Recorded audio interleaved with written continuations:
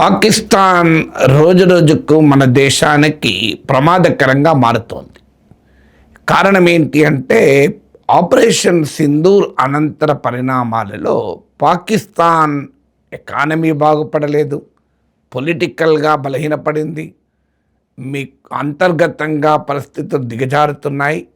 కానీ అదే సమయంలో ఎక్స్టర్నల్ రంగంలో అంటే ముఖ్యంగా డిప్లొమసీ, ఫారిన్ పాలసీ రంగంలో పాకిస్తాన్ కాస్త కొన్ని అడ్వాంటేజెస్ను పొందుతూ వచ్చింది.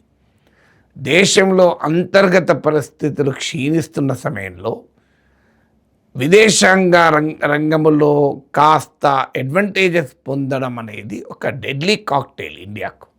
ఎందుకంటే పాకిస్తాన్లో అంతర్గత పరిస్థితులు దిగజారినప్పుడల్లా భారత వ్యతిరేక స్వభావం పాకిస్తాన్ నాయకత్వంలో పెరుగుతుంది. ఎందుకంటే తమ దేశంలో ఉన్నటువంటి ఇంటర్నల్ కండిషన్స్ నుంచి ప్రజల దృష్టిని మళ్లించాలి అంటే భారత వ్యతిరేకత, భారతదేశం పట్ల విద్వేషాన్ని పెంచడం పాకిస్తాన్ సైన్యానికి, రాజకీయ నాయకత్వానికి మొదటి నుంచి అలవాటు. అందువల్ల ఇలా పాకిస్తాన్లో ఇంటర్నల్ సిచ్యువేషన్ ఏమో రోజు రోజుకు గందరగోళంగా మారుతోంది.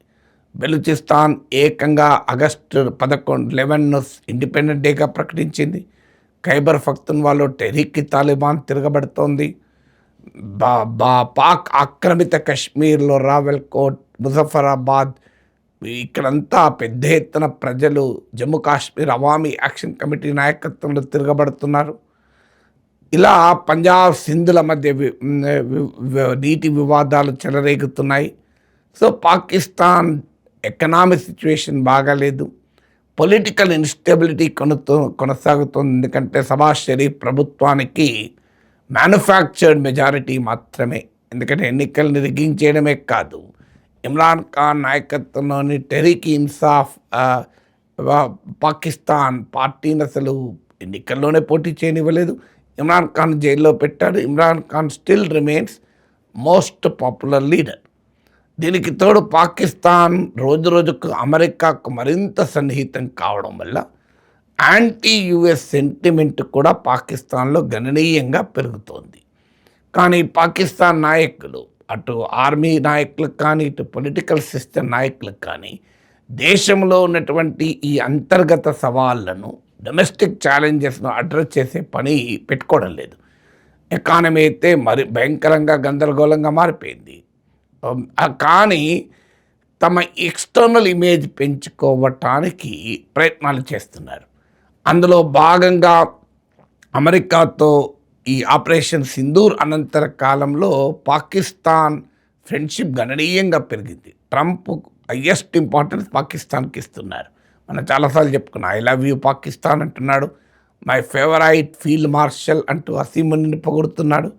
మరీ ముఖ్యంగా ఇటీవల ఇరాన్తో తాను ప్రారంభించిన వార్లో ఒక ఊబిలో కూరుకుపోయినప్పుడు, ట్రంప్ క్వాగ్మైర్లో కూరుకుపోయినప్పుడు ఇరాన్తో చర్చలకు పాకిస్తాన్ ఒక మార్గములాగా ట్రంప్కు ఉపయోగపడింది. ట్రంప్ నోబెల్ ప్రైజ్ కావాలన్న కోరికను తీర్చడంలో పాకిస్తాన్ అందరికన్నా ముందుంది. ఇజ్రాయెల్ కన్నా ముందు Pakistan America president Donald Trump Nobel prize ఇవ్వాలని ప్రతిపాదించారు. ఆఖరికి పర్సనల్ బిజినెస్ ఇంట్రెస్ట్లు కూడా, ట్రంప్ బిజినెస్ ఇంట్రెస్ట్లు కూడా పాకిస్తాన్ సాటిస్ఫై చేసింది.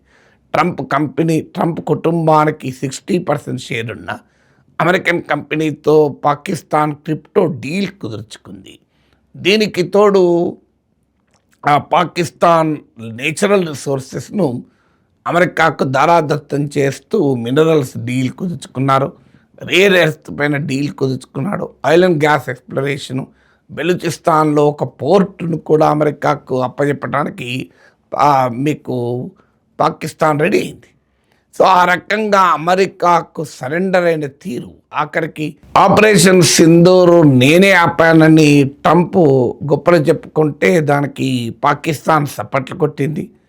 సో ఇలా అనేక రూపాల్లో అమెరికాకు ఈ ప్రాంతంలో ఒక కాంట్రాక్టర్గా, ఒక బ్రోకర్గా, ఒక తాబేదారుగా పాకిస్తాన్ పనిచేస్తుంది. మీకు ట్రంప్ ఫస్ట్ అడ్మినిస్ట్రేషన్లో పాకిస్తాన్కు వ్యతిరేక వైఖరి తీసుకున్నాడు. మీకు జో బైడెన్ అయితే పాకిస్తాన్ ఆమెడ దూరంలో పెట్టాడు. అఫ్కోర్స్ అమెరికా పాకిస్తాన్ నెక్సస్ ఎప్పుడూ బ్రేక్ కాలేదు. కానీ అది ఇప్పుడు మరింత ఇంటెన్సిటీతో ఇప్పుడు కనబడుతోంది. ఇక చైనాతో పాకిస్తాన్ నెక్సస్ కొత్తేమీ కాదు.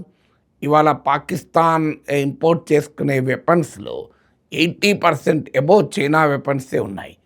దీనికి తోడు ఇటీవల తుర్కీతో కూడా మిలిటరీ రిలేషన్స్ పెరిగాయి. ఆపరేషన్ సింధూర్ కాలంలో ఇస్లామిక్ సాలిడారిటీ ఆధారంగా తుర్కీ పాకిస్తాన్కు సహకరించింది. సౌదీ అరేబియాతో కాంప్రిహెన్సివ్ డిఫెన్స్ అగ్రీమెంట్ నాటో తరహా ఒప్పందం కుదుర్చుకుంది.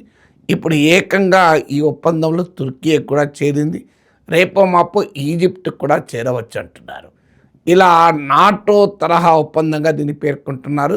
మినీ ఇస్లామిక్ నాటో అని కూడా అంటున్నారు. ఎందుకంటే ఇస్లామిక్ సాలిడారిటీ అనేది ఫారిన్ పాలసీకి స్ట్రాటజిక్ రిలేషన్స్కి ఒక ప్రాతిపదికగా పాకిస్తాన్ ఏర్పరచుకుంటుంది. ఇది చాలా ప్రమాదకరమైన ధోరణి. ఎందుకంటే రీజనల్ ఇంట్రెస్ట్లు, నేషనల్ ఇంట్రెస్ట్లు పక్కకు పోయి ఇస్లామిక్ సాలిడారిటీ ఆధారంగా దేశాలు కలవడం అనేది మన దేశ భద్రతకు, సార్వభౌమాధికారానికి కూడా ప్రమాదకరం. ఎందుకంటే భారతదేశం ఇస్లామిక్ తీవ్రవాద ప్రమాదాన్ని ఏ స్థాయిలో ఎదుర్కొంటుందో చూస్తున్నాం మనం. ఇక పాకిస్తాన్, బంగ్లాదేశ్ రిలేషన్స్ పెరుగుతున్నాయి. ఇటీవల షేక్ హసీనా కొడుకు హెచ్చరించాడు, బంగ్లాదేశ్ మరో పాకిస్తాన్ కాబోతుంది అని. పాకిస్తాన్ అనుకూల జమాతీ ఇస్లామీ బంగ్లాదేశ్ ఒకప్పుడు ఫ్రింజ్ ఎలిమెంట్గా మాత్రమే ఉంటే ఇప్పుడు అది మెయిన్ స్ట్రీమ్ అపోజిషన్గా, ప్రధాన ప్రతిపక్షంగా కూర్చుంది. బంగ్లాదేశ్ ప్రైమ్ మినిస్టర్ తారిక్ రెహమాన్ కూడా ఇండియా విజిట్ చేయకుండా చైనాకు వెళ్ళారు. సో అందువల్ల బంగ్లాదేశ్లో షేక్ హసీనా ప్రభుత్వ పతనం తర్వాత జరిగిన పరిణామాలన్నీ మహమ్మద్ యూనస్ కాలంలో అయితే మరింత దారుణంగా ఉండే. భారత వ్యతిరేక శక్తులకు కేంద్రంగా బంగ్లాదేశ్ మారుతోంది. పాకిస్తాన్, బంగ్లాదేశ్ల మధ్య స్ట్రాటజిక్ కోఆపరేషను, మిలిటరీ కోఆపరేషను భారీగా పెరుగుతోంది. ఇక పాకిస్తాన్ ఒక ఆఫ్ఘనిస్తాన్ విషయంలోనే కాస్త ఇండియాకు అప్పర్ హ్యాండ్ వచ్చింది. మనం తాలిబాన్తో సంబంధాలు పెంచుకున్నాం. పాకిస్తాన్, ఆఫ్ఘనిస్తాన్ల మధ్య ఘర్షణ ఏర్పడింది. అన్నిటికీ మించి అమెరికా ఇరాన్ వార్లో ప్రధాన మీడియేటర్గా పాకిస్తాన్ ఎప్పుడైతే ఉందో, పాకిస్తాన్ క్లౌడ్ కాస్త గణనీయంగా పెరగటానికి దోహదం చేసింది. అందువల్ల ఇండియా ఇరాన్ డిజోన్ చేసుకుంది. మనం ఇజ్రాయెల్ను పూర్తిగా ఎంబ్రేజ్ చేసుకున్నాం. ఇండియా ఎప్పుడైతే ఇరాన్ డిజోన్ చేసుకుందో, అనేక సందర్భాల్లో మనకు కొన్నిసార్లు అయతుల్లా అలీ ఖమేనీ భారత్ వ్యతిరేక వైఖరి తీసుకున్నా, చాలా సందర్భాల్లో ఇరాన్ మనకు అండగా ఉంది. అలాంటిది ఇరాన్ ఎప్పుడైతే మనం డిజోన్ చేసుకున్నామో, ఇవాళ అమెరికాతో యుద్ధాన్ని ఆపడం ద్వారా పాకిస్తాన్ ఇరాన్ కూడా దగ్గరైంది. ఏకంగా 1971 వార్ తర్వాత మొదటిసారిగా చైనీస్ మేడ్ హ్యాంగర్ సబ్మెరైన్లను బంగాళాఖాతంలోకి పాకిస్తాన్ దించింది. ఇది గతంలో మనకు ఇండియా పాక్ వార్లో తర్వాత ఇది మొదటిసారి. అంటే ఇప్పటికిప్పుడు దానికి భద్రత ప్రమాదమని కాదు, కానీ మనకు ఒక సెక్యూరిటీ ఛాలెంజ్ను పాకిస్తాన్ తేబోతుంది.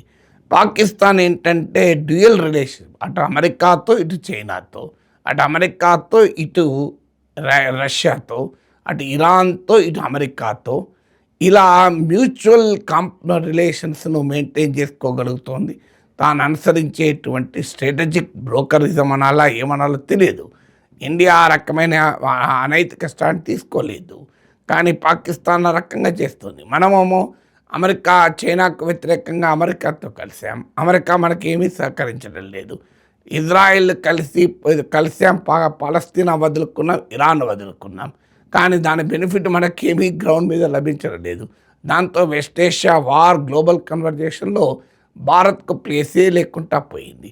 అందువల్ల ఈ పరిణామాలని ఖచ్చితంగా పాకిస్తాన్ ఇంటర్నల్ సిచ్యువేషన్ ఏమో రోజు రోజుకు దిగజారుతుంటే, ఎక్స్టర్నల్ సిచ్యువేషన్ ఏమో రోజు రోజుకు రకరకాల రూపాల్లో పాకిస్తాన్ అడ్వాంటేజెస్ పొందుతుంది.